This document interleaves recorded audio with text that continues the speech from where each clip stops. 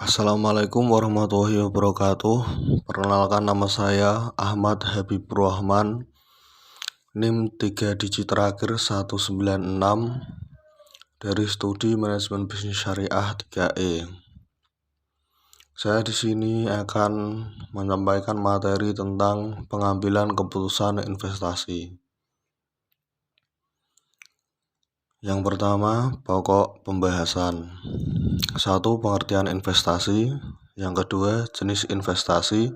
Yang ketiga, metode penelitian investasi. Yang keempat, kelebihan dan kekurangan metode investasi. Selanjutnya, yang pertama, pengertian investasi. Investasi adalah suatu kegiatan menanamkan modal baik langsung maupun tidak, dengan harapan pada waktu nanti pemilik modal mendapatkan sejumlah keuntungan dari hasil penanaman modal tersebut. Investasi juga bisa diartikan aktivitas penanaman modal untuk tujuan memperoleh keuntungan. Pihak atau orang yang melakukan investasi disebut investor. Selanjutnya, yang kedua, jenis-jenis investasi. Pertama, investasi properti. Yang kedua, investasi emas. Yang ketiga, investasi reksadana. Yang keempat, investasi deposito. Yang kelima, investasi saham. Yang keenam, investasi kripto. Contoh investasi. Contoh investasi misalnya pada jenis properti.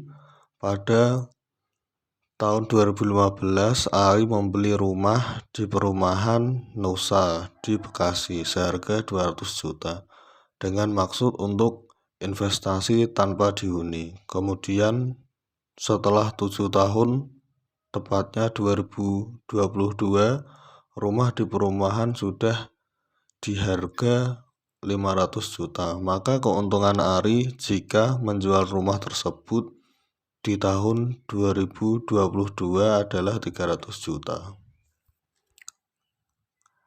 Yang ketiga, metode penilaian investasi. Yang pertama, metode payback period. Metode penelitian investasi ini biasanya dipakai untuk mengetahui waktu yang diperlukan sesuatu investasi bisa mengembalikan pengembalian. Rumus yang bisa digunakan untuk payback period adalah periode pengembalian sama dengan nilai investasi dibagi dengan kas bersih. Selanjutnya, yang kedua, net present value. Biasanya digunakan untuk mencari tahu nilai investasi di masa kini. Caranya adalah dengan nilai arus kas yang diharapkan saat ini yang dikurangi dengan nilai investasi sesuai dengan modal yang dikeluarkan sekarang. Rumusnya yang sederhana adalah nilai arus kas yang diharapkan sekarang dikurangi nilai modal investasi yang disetor. Berikutnya adalah internal rate of return. Metode yang bisa dimanfaatkan selanjutnya adalah mencari tingkat bunga investasi yang diincar dengan cara membandingkan NPV arus kas di masa sekarang dengan arus kas di masa depan. Rumus IRR adalah berikut ini. Tingkat bunga kecil plus NPV bunga kecil atau total present value bunga kecil. Total present value bunga besar dikali bunga besar bunga kecil. Yang selanjutnya, average rate of return. Nilai ARR biasanya menunjukkan laba bersih yang diperoleh sebuah investasi yang menarik perhatian Anda. Anda bisa menggunakan rumus ini untuk mencari sebuah keuntungan dari sebuah investasi. Rumusnya ARR sama dengan laba setelah pajak rata-rata dibagi investasi rata-rata. Berikutnya profitability index. Metode ini dimaksud untuk mencari tahu potensi keuntungan dari suatu investasi dengan mengandalkan present value.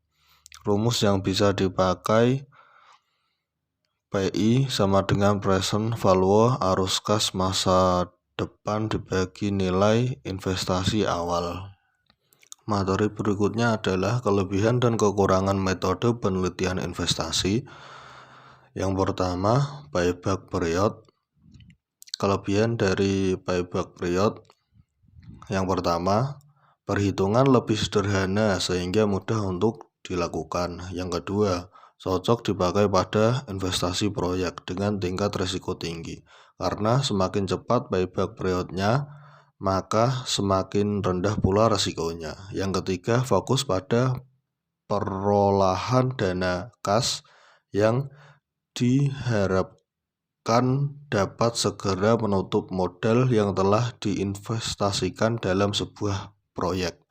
Kelemahan dari payback period yang pertama, rasio ini tidak memperhatikan nilai uang dari sisi waktunya. Yang berikutnya, tidak memperhatikan laba yang diperoleh ketika periode pengembalian telah terlewati. Yang ketiga, tidak memperhatikan nilai sisa investasi jika ada. Yang berikutnya, net present value. Kelebihan dari metode ini adalah pertama, lebih mendahulukan kas lebih awal. Yang kedua, memperhitungkan nilai uang dari sisi waktu. Yang ketiga, mempertimbangkan semua laba tunai selama waktu investasi berjalan. Kelemahan dari metode ini, perhitungan lebih rumit. Metode ini kurang tepat untuk proyek dengan nilai ekonomis yang berbeda-beda. Berikutnya, lebih sulit dalam menentukan tingkat bunga yang dianggap layak untuk dasar diskonto. Berikutnya adalah internal rate of return. Kelebihan dari metode internal rate of return yang pertama mempertimbangkan nilai waktu dari uang serta laba tunai selama laba investasi. Berikutnya, metode ini bisa dipakai untuk menentukan peringkat investasi sehingga investor dapat mendahulukan yang lebih menguntungkan. Kekurangan dari internal rate of return, perhitungan lebih rumit dan lama karena harus menghitung cost of capital sebagai dasar perhitungan.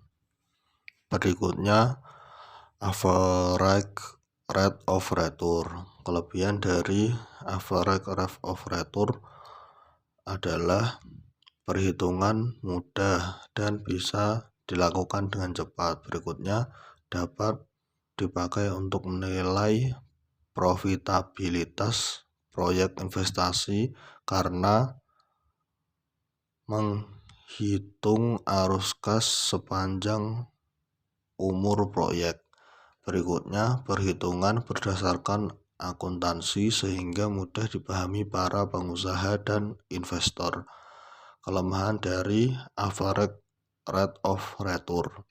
Yang pertama, perhitungan yang ada berdasarkan akuntansi dan bukan pada arus kas aktual.